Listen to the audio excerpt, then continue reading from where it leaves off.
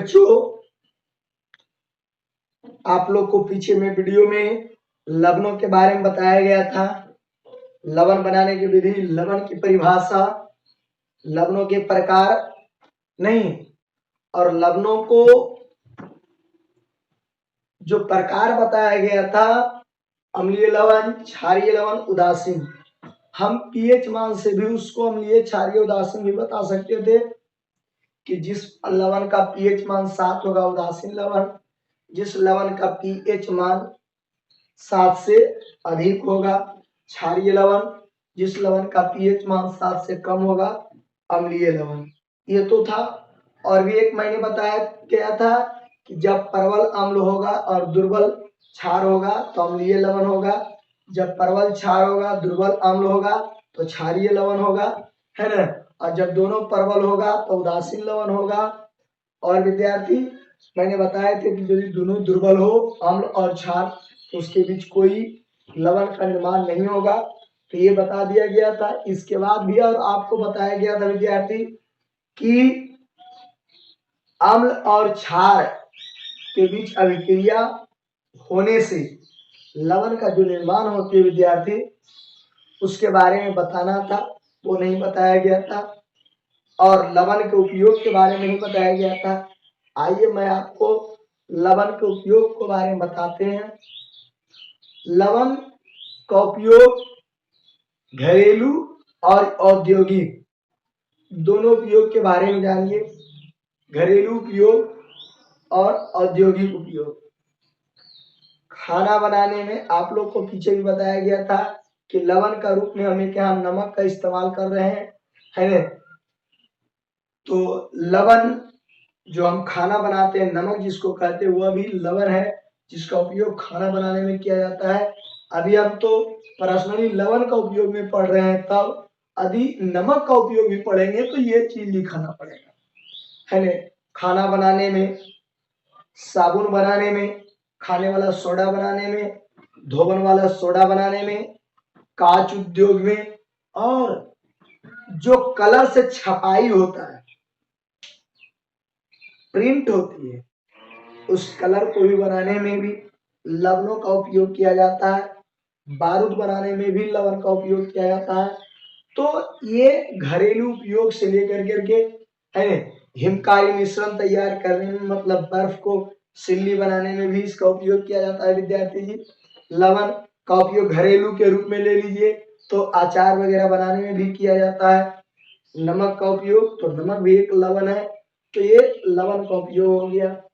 और मैं आप लोग को जो कल बताए थे, पीछे वाले वीडियो में बताया गया था विद्यार्थी जी कि अम्लीय लवण, क्षारीय लवण और उदासीन लवण, उस लवण को परिभाषित कैसे करते हैं तो सुनिएगा। अम्लीय लवण के बारे में पहले मैं बता रहा हूं। अम्लीय लवण, तो आप इतना तो जरूर जान रहे होंगे, जब पीछे वाले वीडियो देखे होंगे तो लिखाया गया था कि प्रबल अम्ल और दुर्बल क्षार के बीच रासायनिक अभिक्रिया से अम्लीय लवण बनता है। चलिए, ये भी बात सही है। जब किसी अम्ल में धातु को डाल दे या धातु की तरह व्यवहार करने वाला किसी मूलक को अभिक्रिया कराया जाए, ऐसा करने पर, धातु को डालने पर या धनात्मक मूलक को अभिक्रिया कराने पर, जो उसमें उपस्थित हाइड्रोजन है, क्योंकि आपने पढ़ा है कि अम्ल में उपस्थिति हाइड्रोजन की होती है, वह हाइड्रोजन का विस्थापन धातु द्वारा होती है ना, है ना। आपने पढ़ा होगा कि धातु के अम्ल में हाइड्रोजन की उपस्थिति होती है या हाइड्रोजन धातु द्वारा विस्थापित होता है। तो चाहे धातु को डाले या धातु की तरह व्यवहार करने वाला किसी धनात्मक मूलक, मूलक दो प्रकार के होता है, धनात्मक और ऋणात्मक। तो जब धातु ही बोल देंगे तो धनात्मक नहीं भी बोलेंगे तो चलेगा, है ना। धातु की तरह व्यवहार करने वाला मूलक दोनों में से किसी के साथ अभिक्रिया कराएंगे, तब आंशिक रूप से हाइड्रोजन का हटना होता है, विस्थापन होना होता है। यानी हाइड्रोजन तो अम्ल में है ही है, लेकिन वह हाइड्रोजन पूरा विस्थापित नहीं होगा, उसमें से कुछ हाइड्रोजन रह जाएगा। रिएक्शन जब बताएंगे तब आप देखिएगा। अथवा आप अम्लीय लवण के ऐसे ही बोल सकते हो कि जिस लवण में हाइड्रोजन की उपस्थिति हो उसे अम्लीय लवण कहते हैं। जिस हाइड्रोजन में हाइड्रा ऑक्साइड की उपस्थिति हो क्षारीय लवण कहलाएगा, और जिस लवण में ना तो हाइड्रोजन हो ना तो हाइड्रा ऑक्साइड हो तो उसे उदासीन लवण कहा जाता है। तो सुन लिए अम्लीय लवण का परिभाषा है ना, क्षारीय लवण का परिभाषा प्रबल क्षार और दुर्बल अम्ल। यानी जब अम्ल और क्षार के बीच रासायनिक अभिक्रिया कराई जाती है, जब अम्ल और क्षार के बीच रासायनिक अभिक्रिया कराई जाती है तो आपने पढ़ा कि एक दूसरे को उदासीन करता है। क्या करता है? उदासीन करता है। यानी इससे हाइड्रोजन हट जाता है और उससे हाइड्रा ऑक्साइड आयन हट जाता है, ये दोनों हट जाता है तो एक दूसरे से उदासीन रहता है। तो अम्ल क्षार को आंशिक रूप से उदासीन करे, पूरा नहीं। अम्ल हाइड्रा ऑक्साइड को पूरा न हटा करके कुछ रहने दे, आंशिक का मतलब है आंशिक रूप से हटाता है, तब वह OH लवण में पाया जाएगा। तब इस प्रकार से बनने वाला जो लवण होगा क्षारीय लवण। और उदासीन लवण जब प्रबल अम्ल और प्रबल क्षार के बीच रासायनिक अभिक्रिया होती है तो एक दूसरे को उदासीन कर, पूर्णतः उदासीन कर उदासीन लवणों का निर्माण करता है। तो आइए मैं इन सभी का परिभाषा को एक साथ लिखता हूं और आप ध्यान दीजिएगा, उदाहरण के साथ देखिएगा विद्यार्थी।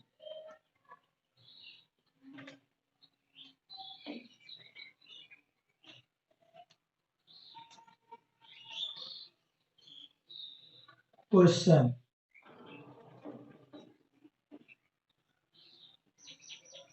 अम्लीय लवण किसे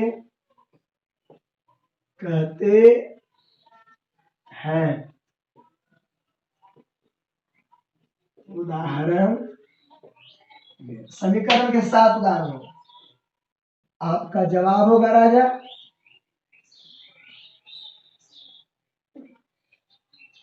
जब अम्ल में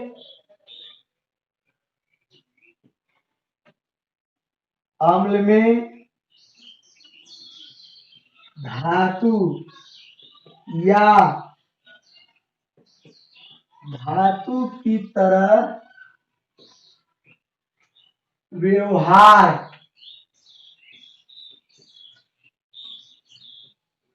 करने वाला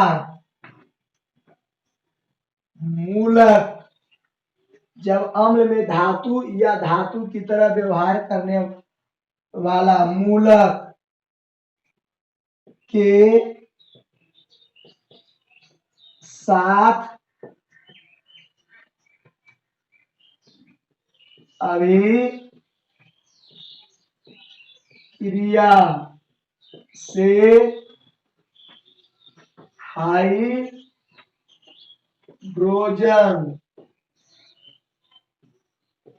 का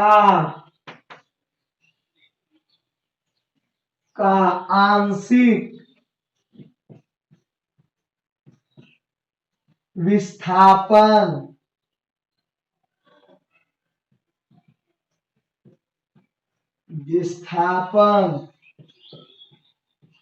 होता है, तब इस प्रकार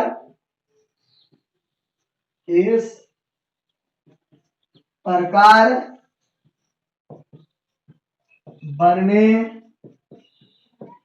वाला लवण को अम्लीय लवण कहते हैं। अम्लीय लवण कहते हैं। 1 मिनट।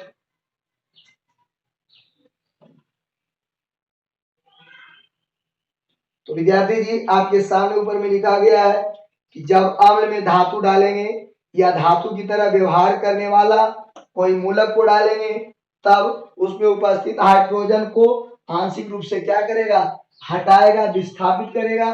तब इस प्रकार जो लवण बनेगा उस लवण को आप क्या बोलिएगा, है ना, उस लवण को क्या बोलना है, याद रहे क्या बोलना है, तो अम्लीय लवण बोलना है। आइए मैं उदाहरण दे रहा हूं, ध्यान दीजिएगा। यहाँ पर इसका नाम आप सुने होंगे, H2SO4 का नाम सुने होंगे, है ना। अब यहाँ पर ये इसको विस्थापित करेगा, है ना, तो यहाँ पर हो जाएगा NaHSO4, पूरा हाइड्रोजन नहीं हटा, और इधर होगा वही चीज, तो जल। अम्लीय लवण, अम्लीय लवण, इस देख रहा है सोडियम बाइसल्फेट, नाम होगा सोडियम बाइसल्फेट। 9th क्लास में आपने पढ़ा होगा कि SO4 को सल्फेट कहते हैं और HSO4 को बाइसल्फेट कहते हैं। CO3 को पढ़ा होगा कार्बोनेट कहते हैं, और SCO3 जब लग जाता है तो बाइकार्बोनेट हो जाता है, समझ रहा होगा। तो इस परिभाषा को हम ऐसे भी बोल सकते हैं कि वह लवण जिसमें H की उपस्थिति होती है उसे अम्लीय लवण भी कहते हैं। यहाँ दिख रहा है, दिख रहा है नहीं, चलिए तो बढ़िया बात है, मैं ऊपर में लिख देता हूं। तो इस बात को याद रहे, चाहे यहाँ पर धातु रहे या धातु की तरफ व्यवहार करने वाला कोई मूलक रहे, तो विद्यार्थी जी यहाँ पर कोई भी रहेगा और यहाँ एक हाइड्रोजन वाला अम्ल को नहीं लीजिएगा। जैसे हम चाहते तो ले लेते HCl, और HCl से आंशिक रूप से कैसे एक हाइड्रोजन को हटाना पॉसिबल नहीं है। तो विद्यार्थी जब भी हटेगा तो यहाँ वाला जो हाइड्रोजन रहेगा, जो 2 रहे, 3 रहे, 4 रहे, 5 रहे, उसमें से 1 2 3 कुछ घट जाए, हट जाए, और वहां पर कुछ बच जाए, तो वैसे लवणों को हम लोग अम्लीय लवण कहा जाता है। नाम आपके सामने, तो आइए आप इसको एक बार पढ़ लीजिए 20 सेकेंड, फिर मैं आगे उस नोट पॉइंट को लिखता हूं।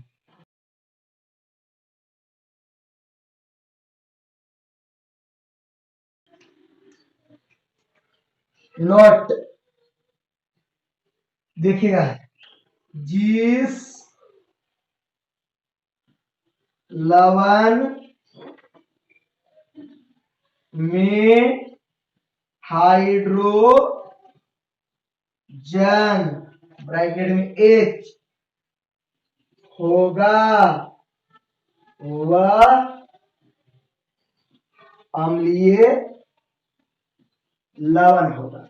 ये समझने के तौर पर है ना, चाहे H 1 रहे, 2 रहे, 4 रहे, कुछ रहे, लेकिन रहेगा, है। इधर जितना हाइड्रोजन अम्ल में रहेगा उधर से इधर इसमें कम रहेगा। तो आइए, ये आपने अम्लीय लवण पढ़ा, मैं आगे क्षारीय लवण बता रहा हूं।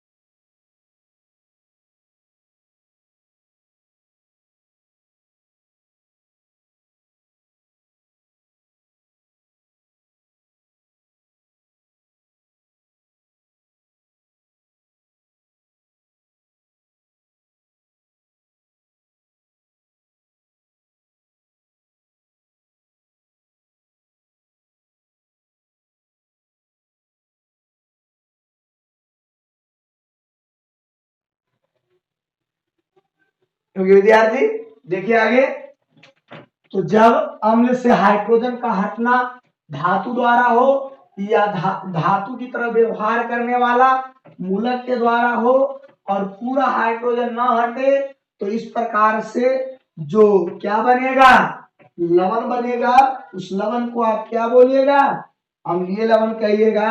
अथवा जिस लवण में हाइड्रोजन की उपस्थिति होती है उसे क्या कहते हैं, तो अम्लीय लवण कहते हैं। अब हो गया भस्मीय लवण या क्षारीय लवण, एक ही बात है, भस्म को ही क्षारक कहते हैं।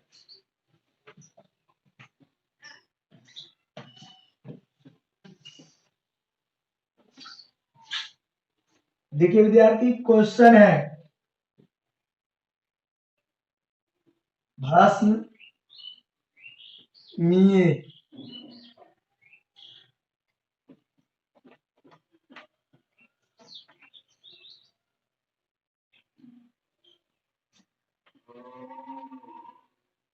भस्मीय या भास्मिक या फिर कहो भास्मिक लवण, इसे बोलते हैं क्षारीय लवण। इसे कहते हैं, उदाहरण विद्यार्थी याद है आपको डिफिनेशन, ध्यान से सुनिए। जब अम्ल और क्षार के बीच रासायनिक अभिक्रिया होती है, किसके किसके बीच, अम्ल और क्षार के बीच रासायनिक अभिक्रिया होती है, तब उसमें अम्ल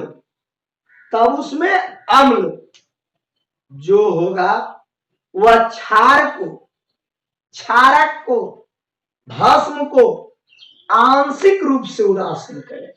कौन रूप से, आंशिक रूप से। यहां लिखिएगा, जब अम्ल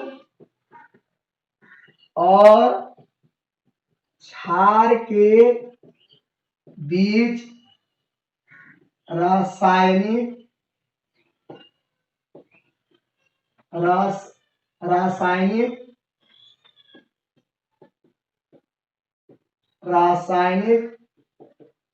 अभिक्रिया से अम्ल क्षार को आंशिक रूप से उदासीन करता है, तब इस प्रकार बने लवण को अम्लीय लवण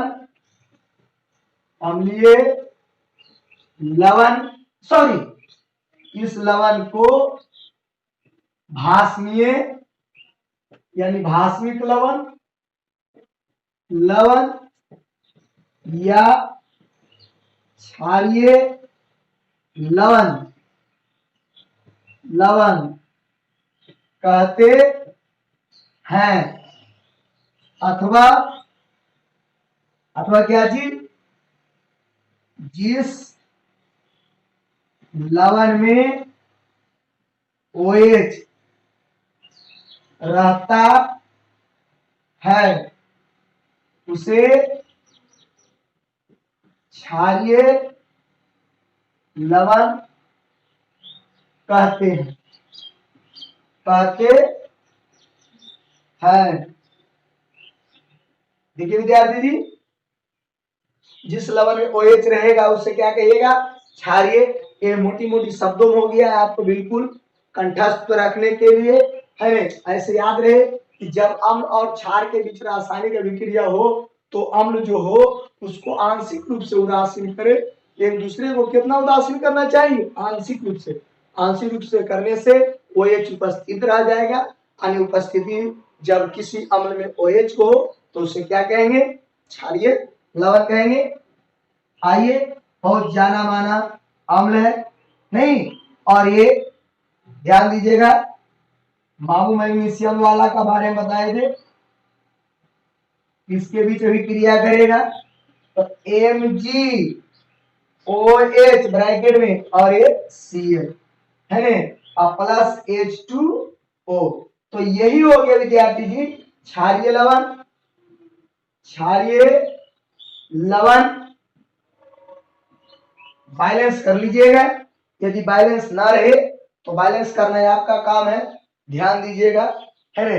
कोई बड़ी बात नहीं है, पीछे वाला वीडियो में मैंने बताया गया। तो ये अम्ल हुआ, ये क्षार हो गया, H है अम्ल की उपस्थिति, OH है क्षार की उपस्थिति, और ये बनने वाला जो लवण है विद्यार्थी जी वो OH उपस्थित है, इसलिए कैसा लवण है विद्यार्थी, याद रहे क्या है, क्या है, क्षारीय लवण है, भस्मीय लवण है। ठीक है, आप इसको 20 सेकंड तक गौर से देखिए।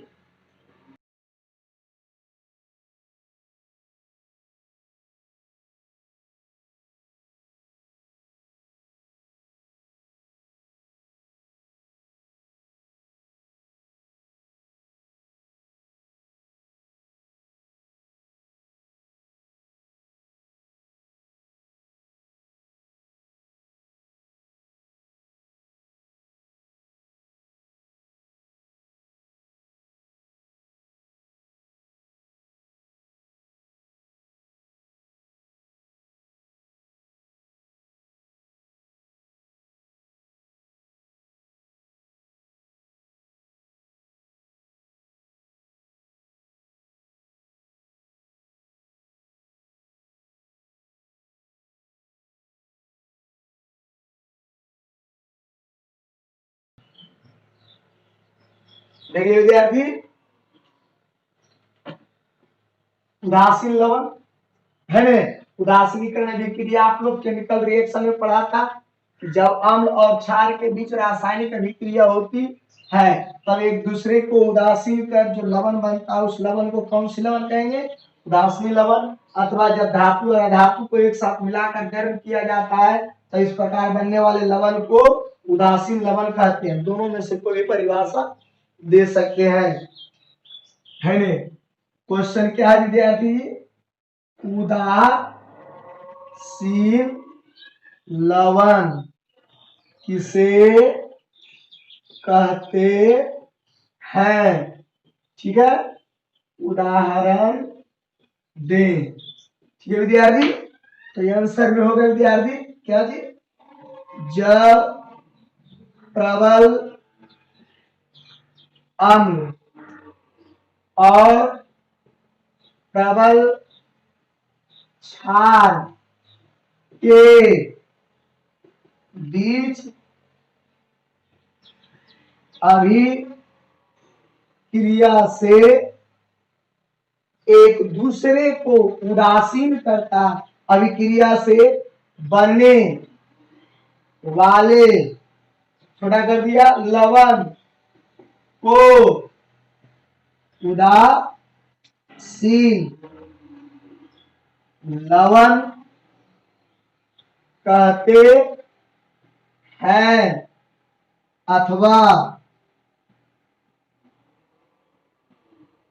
अथवा जब धातु और अधातु को गर्म किया जाता है तो इस प्रकार बने लवण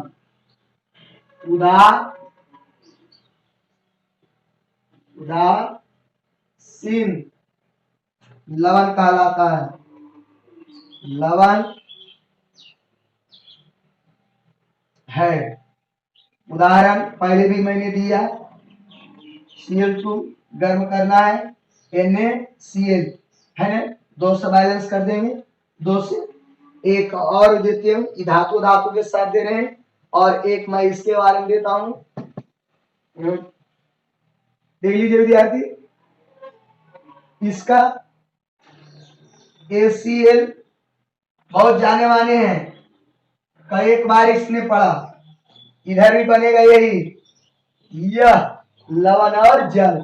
तो देखो आप इसका जो अथवा जो लिखे परिभाषा एक और लिख देंगे उपस्थिति के आधार पर कि जिस लवण में ना तो H हो ना तो OH हो तो उसे उदासीन लवण कहते हैं। कि जिस लवण में ना तो H हो और ना तो OH हो तो वैसे लवण को कौन सा लवण कहेंगे? उदासीन लवण कहेंगे। या आप देखिए आपके सामने पढ़ा हुआ है, देख रहा है विद्यार्थी जी, वो भी लिख देते हैं नोट में, याद रखिएगा।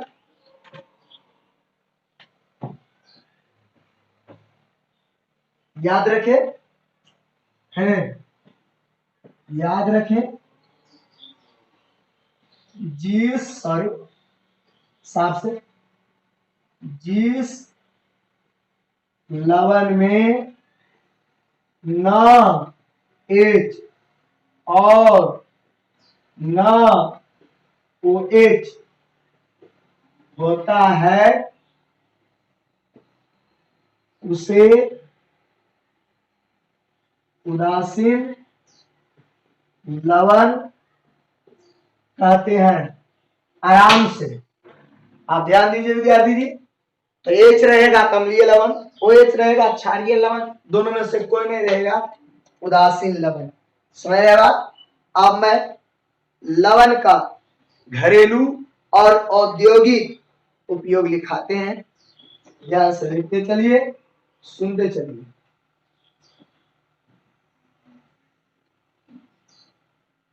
मैंने किसी खास लवण का नाम नहीं लिया कि सोडियम लवण या मैग्नीशियम लवण, पोटेशियम लवण, किसी लवण का नाम नहीं लिया, ओनली फॉर लवण बोल रहे हैं।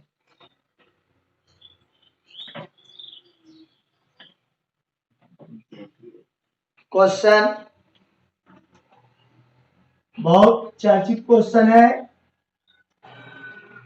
लवणों का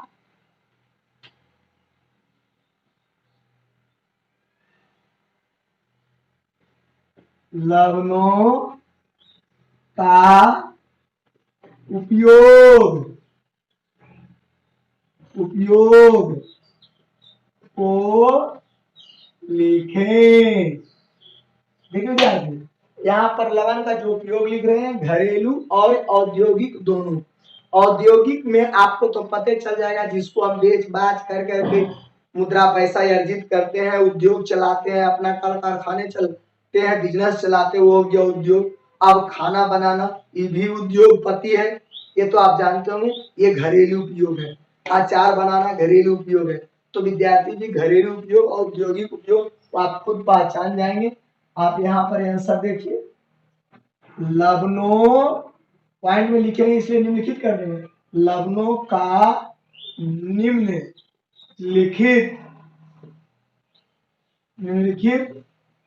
उपयोग है।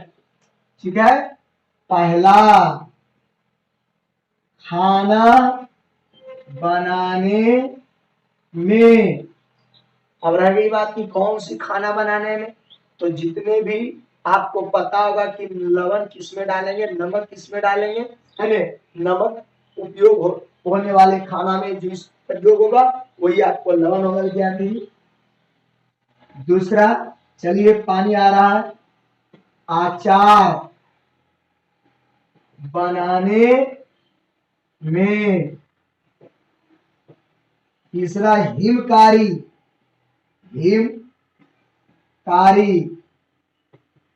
मिश्रण तैयार करने में, यानी बर्फ तैयार करने में विद्यार्थी। चौथा साबुन बनाने में,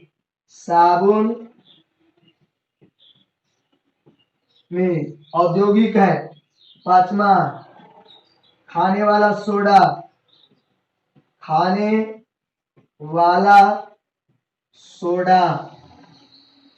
कौमा धोने वाला, इसमें पढ़ना है, धोने वाला सोडा बनाने में। कागज उद्योग में भी होता है, कागज उद्योग में और भी छपाई वाला पेंट बनाने में, छपाई वाला पेंट बनाने में। ध्यान रहे, ये सब देख रहा है, यहां से आप जो देख रहे हैं ये सब औद्योगिक है, ऊपर वाला आप लोग को लिख दिए घरेलू, आप इसको ध्यान से पढ़ लीजिए, है ना।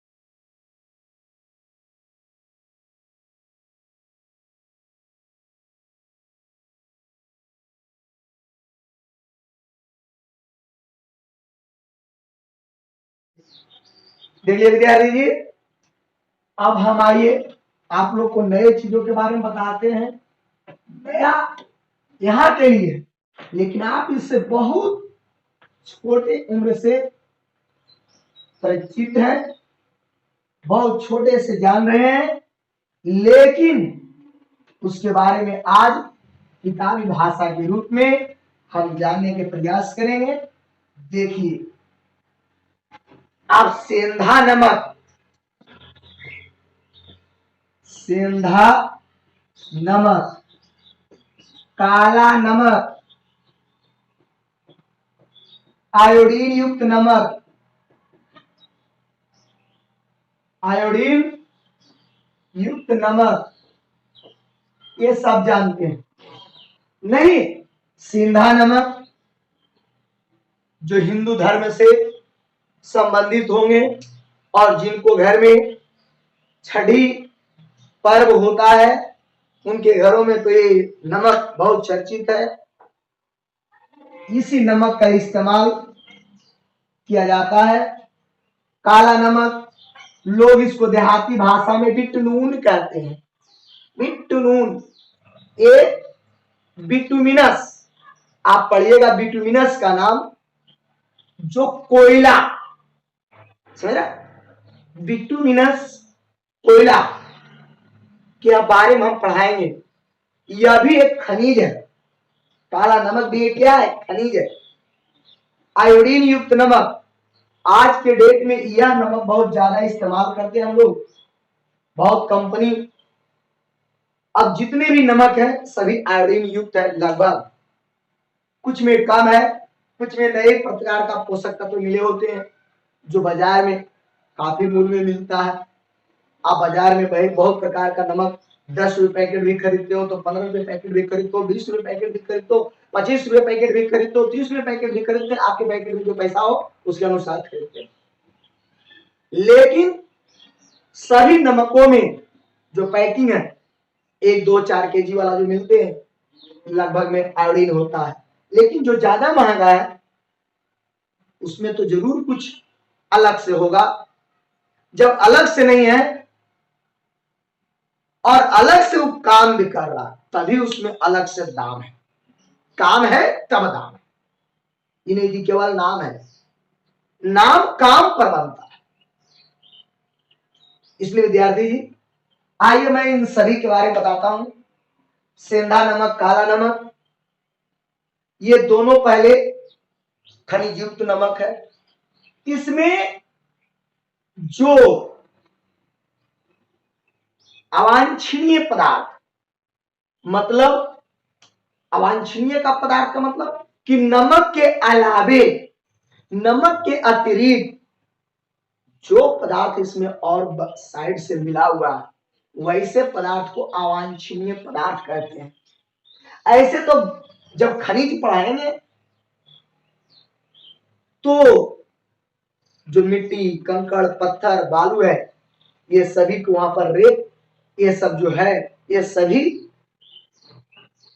को वहां गैंग कहते हैं, आधात्मी कहते हैं। तो ये खनिज के रूप में तो खोद करके निकालेंगे तो हो सकता है कंकड़ पत्थर भी मिले। इसमें अक्सर अशुद्धियां के रूप में मिट्टी होता है। क्या होता है? मिट्टी, वो भी लाल वाली मिट्टी।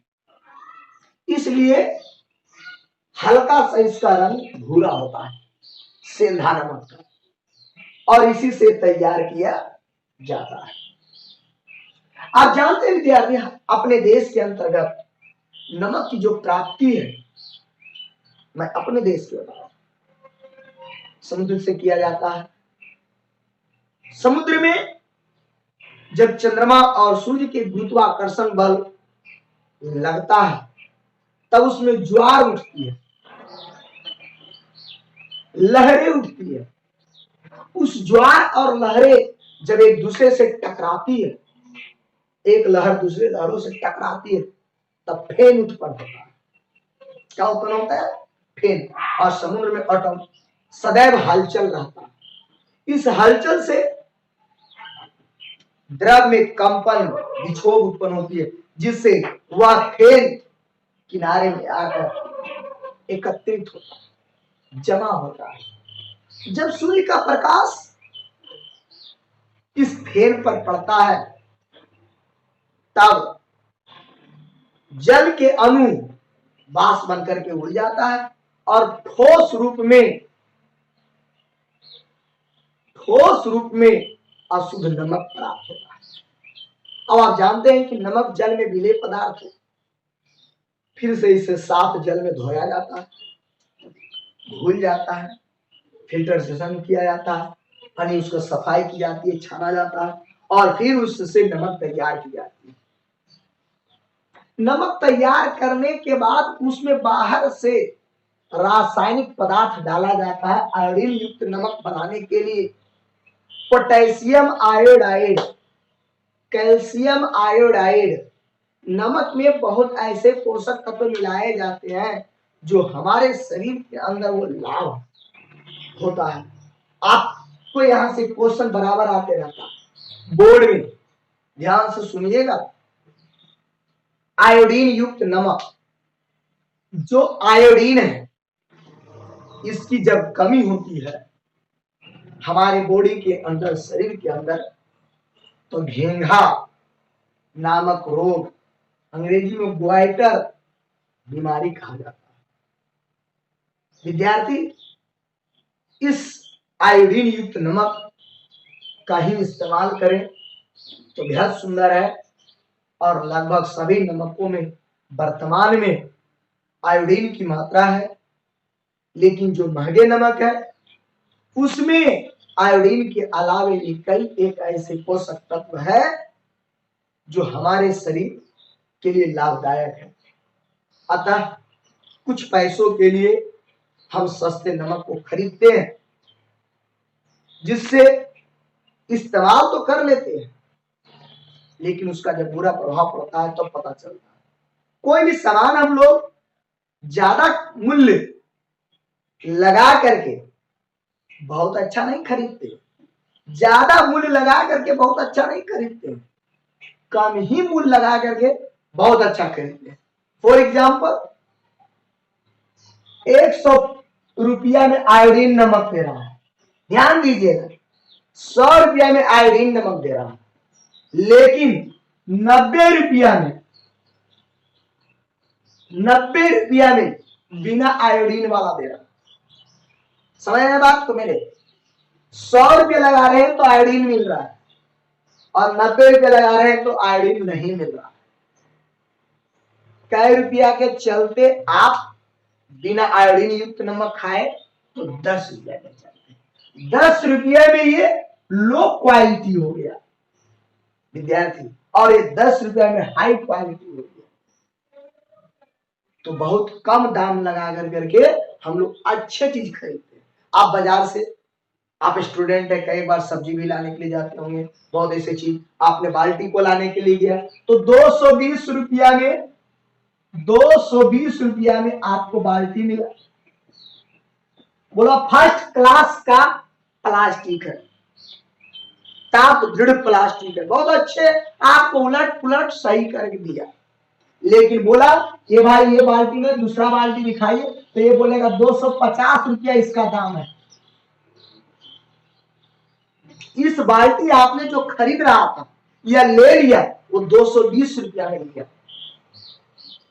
और वो आपको अच्छे अच्छे बता दिए, लेकिन जब आपने दूसरा नजर आपको दूसरे बाल्टी पर गया खरीदने के लिए तो उसका दाम बताया 250। अब इसको भी अच्छा कहा, ये भी अच्छा है और ये भी अच्छा, पर अपना साइकोलॉजिकल लगाइए।